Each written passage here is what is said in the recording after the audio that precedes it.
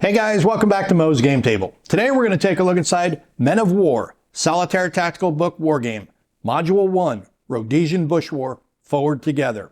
This is a game designed by Joe Fernandez and published by Art of Wargames.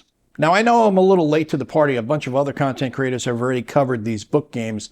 I've gotten a few from Worthington, I've gotten some from Mike Lambo, and now this is the latest one. I've just never sat down to cover them. The Mike Lambo books, I think, are the best ones out there right now. Worthingtons I've played, and I wasn't too keen on them. They kind of got a little samey after a while, and they just left me wanting more. Mike Lambo fills that gap and gives me more of what I'm looking for. And this one looks like it's going to do the same thing. Not only is it covering a topic that is very undergamed, the Rhodesian Bush War, it's covering the Selous Scouts, which is something that you don't see in a lot of games anyway because you're not covering Rhodesia. So like I said, when I saw this book, I had to pick it up. Talked to Joe, and I said, hey, what's up with this Module 1? He said there are more modules planned. Hopefully this will take off based on interest. If this book does good, then he's going to do more. And I'm hoping that it does do well and we can have more of them. So we start off here with the table of contents and the introduction. I'm going to give you a quick little read of the introduction here. It says, the Men of War Solitaire Tactical Book Wargame is an old-school hex and counter tactical wargame system for the Men of War game modules focusing on modern, low-intensity conflicts. Men of War is an infantry-centric game which aims to mimic the nuances of modern small units, leadership, fire and maneuver, primarily team and squad-based formations, with emphasis on the shoot, move, communicate doctrine of infantry training and combat. The scale is at the tactical level, with each grid representing about 25 meters. Each counter is an infantry unit identified as a fire team, individual leaders, and squad weapons. Gameplay takes place in hexagonal maps with varied terrain where the player maneuvers units. Everything needed to play the game is included in this book minus a dice and a pen or pencil. Players will need at least 1d10 and 1d6 die. Maps have depictions of varied terrain types which have a direct impact on movement and combat. Players mark units represented by letters and numbers from a mission sheet directly onto the map, track movement using symbolic marks, or preferably the player can use the included counter sheet which may be cut and mounted in order to be used as traditional wargame counters, which is what I'm going to do. Gameplay is divided into turns which represent approximately 5 minutes. The title of this module was inspired by the Selous Scouts motto, Pamway Chete, a Shona phrase which translates into together only, all together, or forward together. Since the game involves mostly Rhodesian army units and not exclusively the Selous Scouts, I opted for forward together, which encompasses the drive and teamwork towards the preservation of their nation against internal and external forces. Thank you for your purchase and opportunity for Men of War Rhodesian Bush War Forward Together to be part of your gaming experience. That's from Joe Fernandez. And down here we've got a Rhodesian army stick on patrol. So that's what the essence of the game is. That's what his motivation on creating this game was for. And like I said, it's an undergame topic. And I want to go back here for a second. I really dig the fact that we're talking about 25-meter scale, fire teams. We're talking really compressed areas and small units. Again, low-intensity conflict, real small tactical units. That's really interesting to me. So I think that's going to make for very interesting gameplay for everybody who wants to check this out. All right, so I zoomed in a little bit so you can get a better look at the text and the images that are in the book. We've got our units, good order units, half-strength units, leaders, mission sheet, mission cards, and then the sequence of play all spelled out for you here in the first couple of pages. Then we get into initiative and turns, action points, actions, squad weapons and grenades. Got light machine guns, RPG-7s, claymore mines. And then your enemy activation and actions. Remember, it's a solitaire game, so the enemy is going to be controlled by a bot system. And we've got enemy posture, unknown markers. Got terrain, line of sight, and enemy AI. And then your general combat. How that works is, it says, units that are in range and within line of sight may conduct combat provided they have action points and are in range and in good order. The attacking unit calculates its firepower value plus any additional weapon systems, as well as any other DRMs, such as leaders, to the to-hit number. The player rolls a d10. A result of equal to or lower than the firepower number results in 1 hit to the targeted unit. The player conducts the enemy's roll when required. I had to pull that down because it's rolled up a little bit on the book. Unless otherwise stated in the counter or via special rule, all units have a range of 3 hexes. Enemies are eligible to engage when Rhodesian units come within 3 hexes and within line of sight. Attacks are individual with the exception of melee. Firepower cannot be added from multiple units to attack a target. Each Rhodesian unit has a limit of 1 fire attack action per unit per turn without a leader.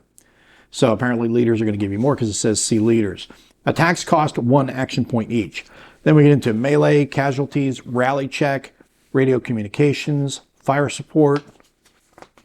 We have symbols explained to you up here, then the Rhodesian Bush War, and it gives you a little background on the history of the Rhodesian Bush War, then the designer's notes, and then we get right into the game and the components. We have some line of sight examples here, illustrated for you to understand the rules. Then we get into our terrain effects chart, sequence of play, enemy posture, unknown markers, and then the fire support marker down at the bottom. Again, just like you see with all your standard terrain effects charts, we have a depiction of the terrain, the text of the terrain, the movement cost, whether it blocks or does not block line of sight, and then the DRMs that are associated with that. And I like the fact that he left it blank on the back in case you wanted to remove it from the game, but I'm going to try to just copy it on my scanner instead. I don't like to butcher up my game books. I like to try to get the files separately because I like to keep the book in complete order in case I wanted to carry it with me and I don't have parts everywhere, and I just like to keep my games in as good a shape as possible. So we start now with the missions. Mission 1 and Mission 2. We've got Mission 1 is African Rifles Forward, and then Mission 2, Charlie Squadron. You'll see the order of battle for your Rhodesian and your guerrilla units, the setup and special rules, and the objectives and victory conditions are all laid out for you, as well as telling you which map you're going to use. Map 4 for the first one, and Map 1 for the second. Then we have the mission sheet. This is where you're going to have your player units if you're going to be just marking things down on your maps. You're going to write on it. If you got like acetate paper or something you want to write on it, or you want to laminate it, you can do that as well. Same for the mission sheet. And we've got the other one on the back. Then we get into Mission 3, Charge of Gray Scouts, Mission 4, To the Bridge. Then we get to Mission 5, Village Vacation, and Mission 6, Pamwechete. Then we have our mission sheet again. Mission 7, A Walk in the Bush. Mission 8, Guerrilla Dawn. Mission 9, Who Dares Wins, SAS motto. And then Mission 10, Fire Force, Be a Man Among Men. Then we have another player aid here at the back, and then we get into our counters that can be made. You can, again, take the sheet out and create your own counters, or scan it and make your own counters, which is what I would do. Same for the maps. We've got different look on these maps here. I'm going to turn these around so you get a better look. Graphics definitely work.